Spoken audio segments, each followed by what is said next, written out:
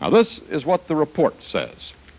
Although it is not necessary to any essential findings of the commission to determine just which shot hit Governor Connally, there is very persuasive evidence from the experts to indicate that the same bullet which pierced the president's throat also caused Governor Connally's wounds.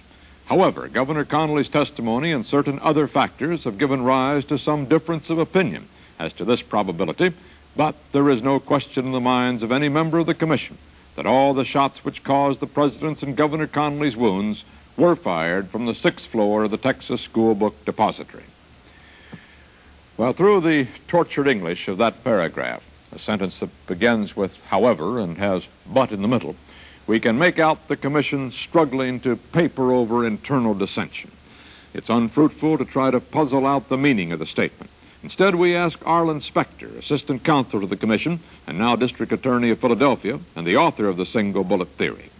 The possibility of one bullet having inflicted the wounds on both the president's neck and the governor's body came in a very gradual way. For example, the first insight was given when Dr. Humes testified based on his autopsy findings. And at that time, it was made clear for the first time that the bullet that went through the president's neck hit no bone,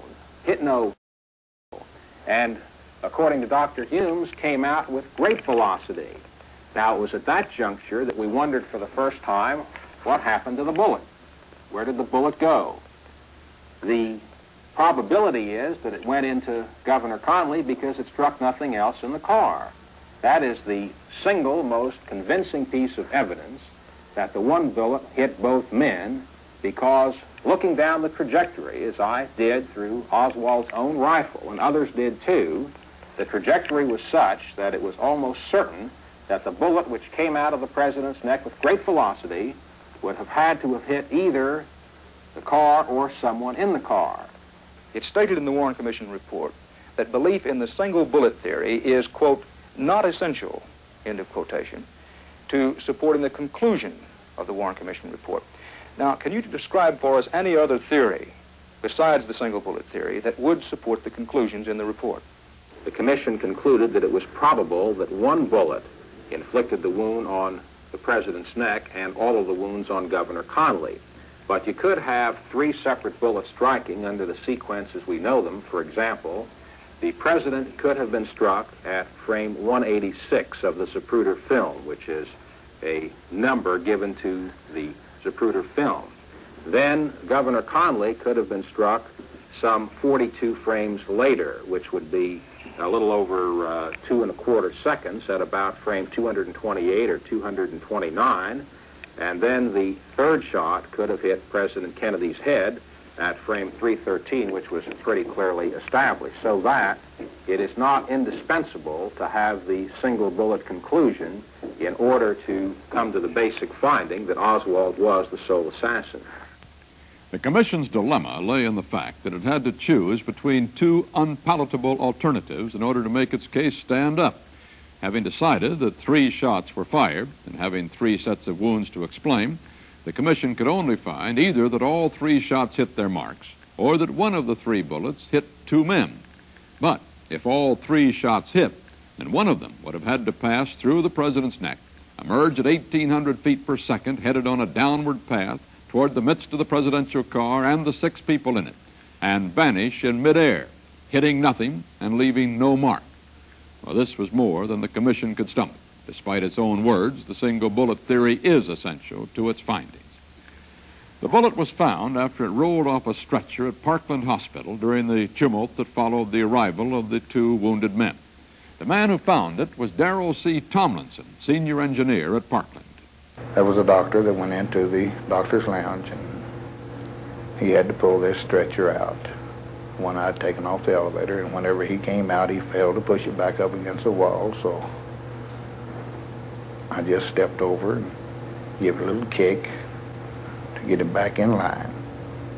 And then I turned to walk away, and I heard a rattle. I turned around and looked. Didn't see anything at that time, but I walked back over to the stretcher, and there was this bullet was laying there. So I picked it up, looked at it, put it in my pocket. Do you recall, was there any blood on the bullet? Or was it how did the bullet look? Well, it was a copper-colored bullet. And I couldn't tell whether it had blood on it or not. I really didn't look for it. It was a spent shell. Yes. Well, now, as you think back, is there any doubt in your mind today that the stretcher on which you found that bullet was the stretcher that came off of the elevator? Well, I know that. That I know. I just don't know who was on that stretcher. But the stretcher was on the elevator. Right. And this was the elevator that Governor Connolly would have taken or would have been placed on to go to the operating room, is that Yes, right? sir. That's the one he went up on. Critics have claimed that, in fact, the bullet came from the president's stretcher, which would rule out the single bullet theory. But the president's stretcher was never in that elevator, and consequently, Mr. Tomlinson's recollection disposes of that particular dispute. It does not dispose of another claim, however, the claim that the bullet was planted on the governor's stretcher as a plot to link Oswald to the assassination. Now, that claim can never be disproved. The bullet is almost intact, only a little cone of lead missing from the rear end.